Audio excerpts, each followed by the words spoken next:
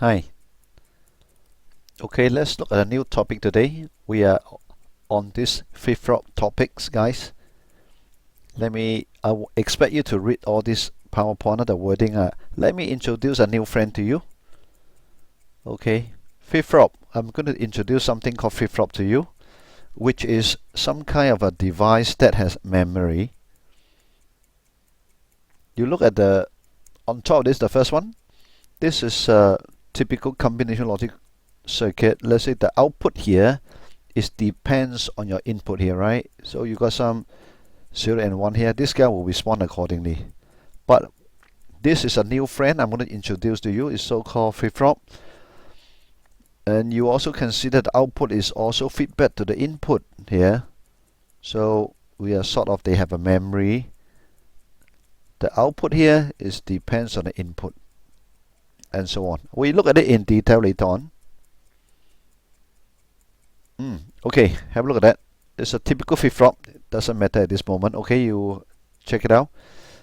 Here we call S. Here we call C. Input S and C. Q. This one you know very well. Q and Q bar, right? Output here. This is an inverting output. Okay. S means set. Set means set something to a 1. This is called set. Clear. What does it mean clear? You clear something to 0. That's what it means. Okay, set, that means you set the output to a 1. Clear means you clear the output to a 0. That's what it means. Okay, this guy, new friend number 1. This is called NAND latch, right? You can see this is a 2-input NAND gate, right? See the way they connect to each other. This is called S.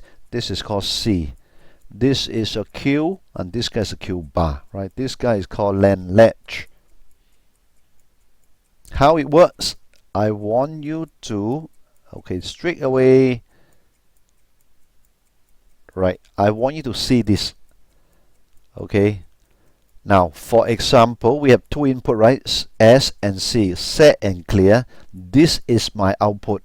What I want you to know is, and you can see that this is something like an active low, right? The input is an active low.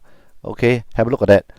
S and C, active low. You know, if S, I put a 0 at S, I put a 1 at C, my output will become a 1. That means to set something to a 1, right? You see the QN plus 1, that means the next stage after you apply the input here, the output now will become a 1. That's what I mean.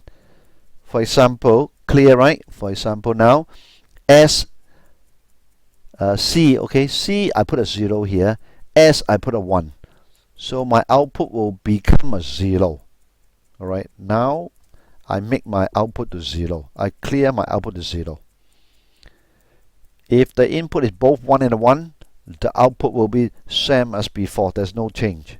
Alright, because the big guy is 0. You need 0 to make something happen. Right, for example, in this case, you cannot, for example, you look at the first one, I put a 0 here, I put a 1 here. That means I want this device to set my output to a 1 because I need a 0 to activate the whole system, right? 0, you set, that means, set to a 1, right? If both set and clear becomes 0 and 0, you cannot, you tell the guy, you tell the guy, you tell this guy, you set to 1 and you clear the 0 at the same time. It can't, right? So the output become crazy already. So when S 0, C 0, so the so-called is invalid already. You can't have something like this. Alright.